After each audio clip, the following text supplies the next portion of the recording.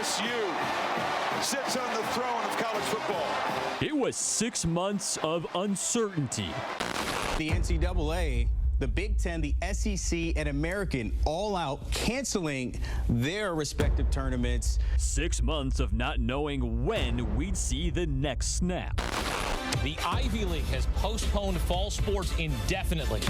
6 months of precaution, doing everything they could. You know, this is the kind of, mask that I wear. Just so there could be a season. Breaking news, the SEC coming out with its scheduling plans. It's a 10-game conference-only schedule. But then, a summer of turmoil turned into one of hope. We now have to have a sense of urgency to get ready for the season. Of honesty. We're going to be very transparent, and we'll keep y'all updated. A season unlike any other is finally here. You can see my thinner mask here. Things are going to look a little different, but one thing remains. I want to strike fear in my opponents. The road to a national championship is full of twists and turns. I want it to be, just like how I used to be. Where college football is king, and everybody is elated to give it back its throne.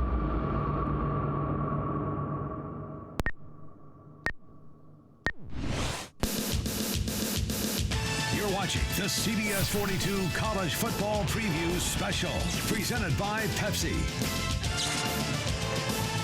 We never thought we'd see this in the dark days of summer. SEC football is here, and down on the plains, they kick it off in style. Auburn and Kentucky, 11 a.m., the first SEC game.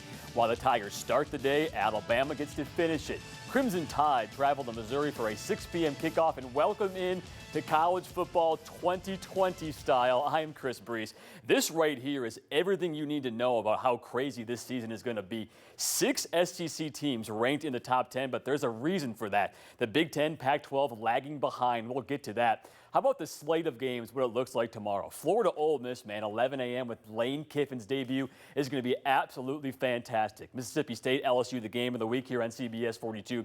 As for a couple of dates in mind to keep in mind for you, October 17th in prime time, number 2 Alabama, number 4 Georgia, right here on CBS 42. Then November 14th, the rematch with LSU. That's also on CBS 42. November 28th, the Iron Bowl. There's no change on that date. Just about the only change we did not see about this season, but hey, we are just happy that we're here to talk about college football. That is all that matters. And the SEC was really the hero in all of this.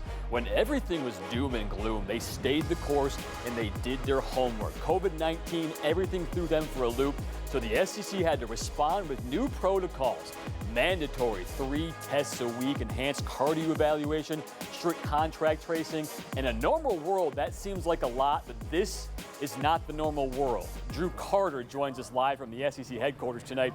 You know, Drew, amidst all this chaos, there's really one man that we can thank for getting us to this moment today. That's right, Chris. It's a guy who works in the office behind me, and Greg Sankey needs his own red cape because he has been Superman throughout this entire COVID-19 pandemic. And Sankey has become one of the most popular figures in all of college football. Nice enough, gracious enough earlier this week to sit down with us for a few minutes. There's this reality of the COVID environment that, to a certain extent, even you in the media have experienced, that we're working in different ways. There's this Bill Murray film called Groundhog Day, where he goes through the day, he wakes up, and it's the same thing the next day. We've all felt that a little during the COVID-19 pandemic. Even one of the most powerful people in sports, SEC Commissioner Greg Sankey. Well, relative to sleepless nights, I've probably become a friend of Aleve PM too much. So that has helped. But in the face of anxiety, uncertainty, and scrutiny, one trait has separated Sankey and his conference from the rest of college football: patience. Best piece of advice, in fact, maybe at the top of the list, was mid-April conversation with a biostatistician from the University of South Carolina who said, look, this is all new. And the longer you're able to wait before you make better decisions, we'll learn more, which means you'll have better information on which to base those decisions. And that became a mantra. A mantra not just for Sankey, but for the SEC leadership as a whole. It helped them keep the big picture in mind. From the beginning, I put economics aside because the finances of what we're doing are very much upside down from what we've ever experienced, at least in recent history. And the word connection became very important. So the connection of our student athletes to the kind of normal that we pulled away in March and we stopped, that was central. One of the other notes from that video conference with Sankey that stood out to me is he's actually lost 30 pounds since the pandemic began. You heard him talking about some anxiety he felt throughout this entire process. One of the ways he cleared his mind is by running at least 35 minutes every day. That combined with not traveling around the country, eating out at a bunch of different restaurants, and Greg Sankey is looking sharp for the start of the SEC football season. Chris, we'll go back to you in the studio. You know, you can trace the SEC's unpredictable road to this weekend all the way back to the SEC basketball tournament.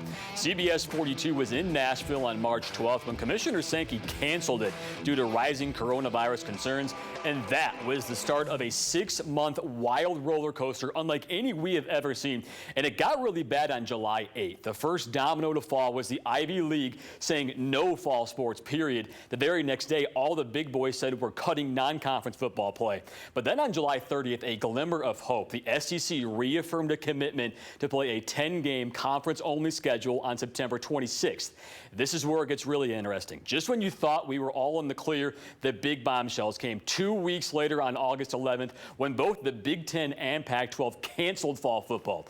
So now you could easily say the next move was the biggest. The Big 12 may have saved the college football season the very next day. They chose to side with the SEC and the ACC, making it a Power 5 majority.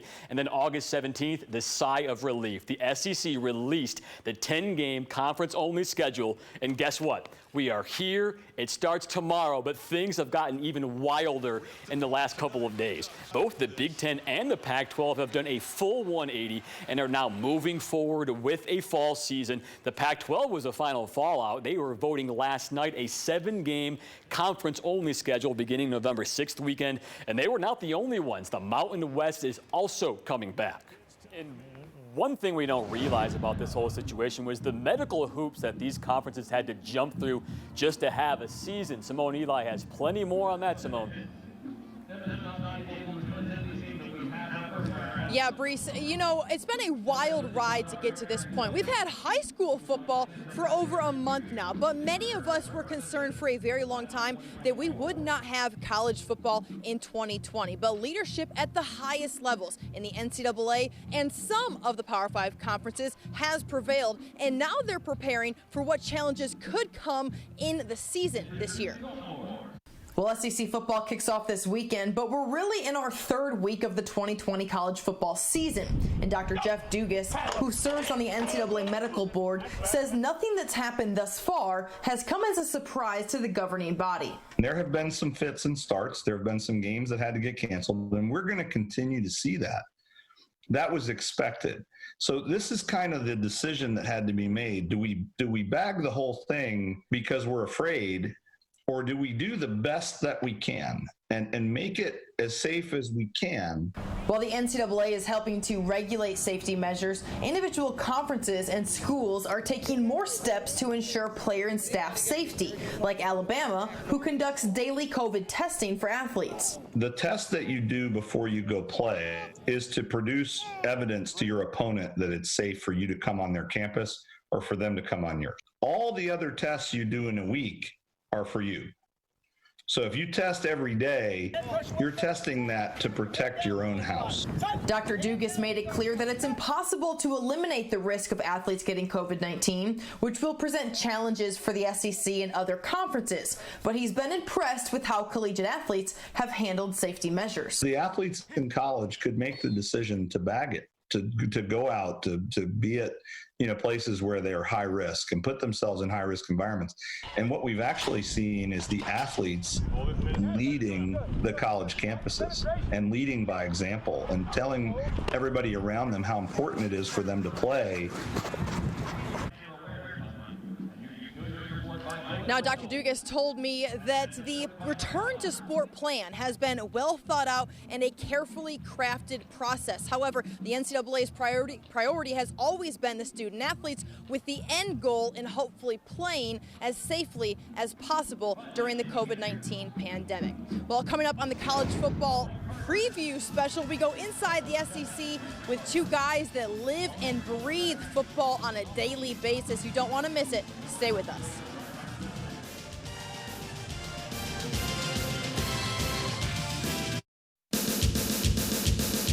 You're watching the CBS 42 College Football Preview Special, presented by Pepsi. Well, it came out the other day. The SEC media have spoken in big surprise. Alabama is their top dog to win the conference. But look at the team they have them playing in Atlanta on December 19th. It's not Georgia, it's Florida. The Gators got the top pick in the East. And look at in the West there. LSU and Auburn very close. 1 point differential for second place. It's time now to go inside the SEC.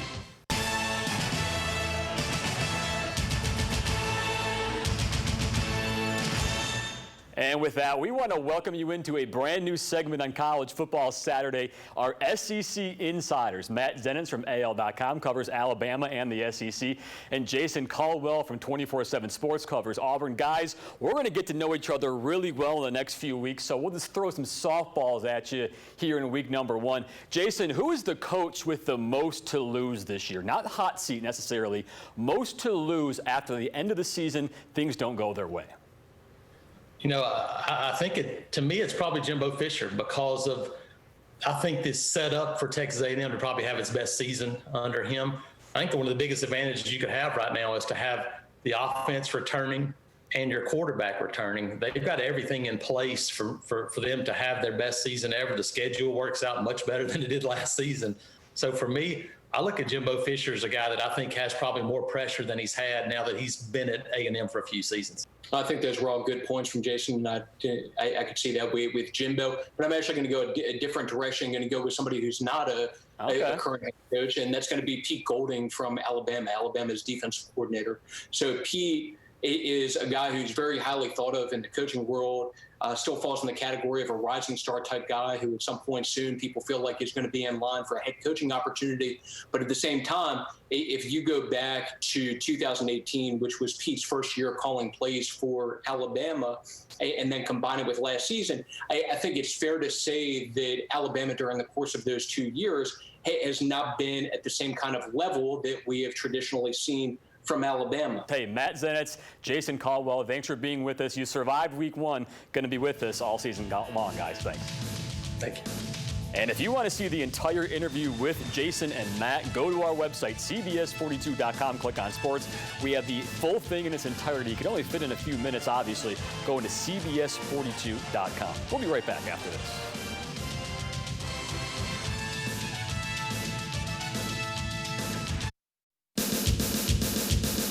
You're watching the CBS 42 College Football Preview Special, presented by Pepsi. By now, you know most FCS teams are hoping to play a spring football season, but not exactly Jacksonville State. The Ohio Valley Conference says you can play 4 non-conference games this fall. It starts next Saturday at Florida State. JSU's smart. They're making that money when they can. It feels like fall, smells like fall, a week before the game. So getting into more of a game prep deal. Did a lot more team stuff today and, just cleaning up stuff from Saturday's scrimmage. And, I thought we had a good scrimmage on Saturday. Going back and watching it on tape. All 4 of JSU's games come in October. Only 1 game at home, though. That's going to be Mercer on October 10th. Here in Birmingham, UAB's already played 3 games, all of them on Thursday night in prime time. And running back Spencer Brown has made the most of the national exposure. Last night at South Alabama, Brown had a career day, 3 rushing touchdowns. He now leads as the all-time leader in UAB history for rushing touchdowns, 36 total, and already has the school's career rushing record. You know, Bill Clark's happy to have that guy in his backfield, I'd say. He came out on fire, and O-line did, and, they made some adjustments, give him credit, and start trying to take him away, but I think he got 100 yards and set the record, and, man, just proud for him. The Blazers' next 3 games are all at home, and they've won a Conference USA record. Good for them. Their October 10th game at Rice actually got postponed. And while SEC football returns tomorrow, the typical game day experience will not, at least for 2020. All 14 teams reduce seating capacity, most of them keeping it right around the range of 20 to 25%. Anyone with a ticket must wear a mask to get inside. And here's the biggest news. Just about every school has also banned on-campus tailgating.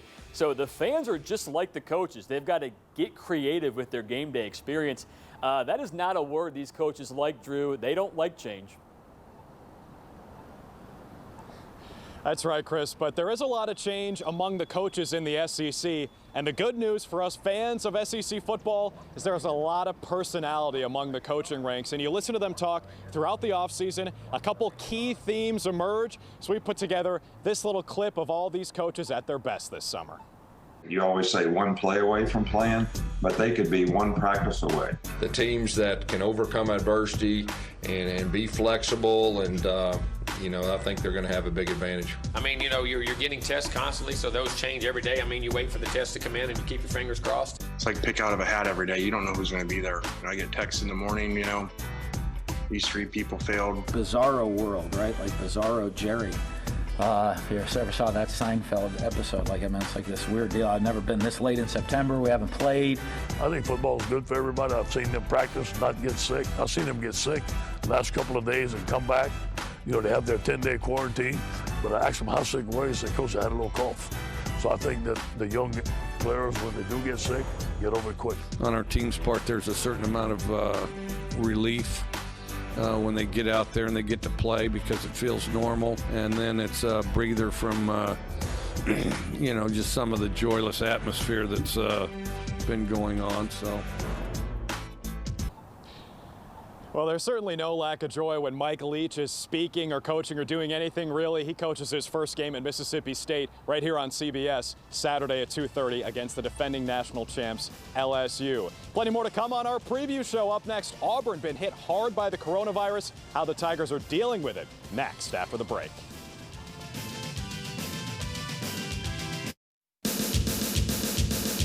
You're watching the CBS 42 College Football Preview Special, presented by Pepsi. It was a miserable month of August for Auburn and COVID-19. They had forced 24 or more players in quarantine over the last month. Gus Malzahn had to cancel valuable practice time just because of it. So how are they doing on this game week against Kentucky? Simone Eli back with us live with that answer, Simone.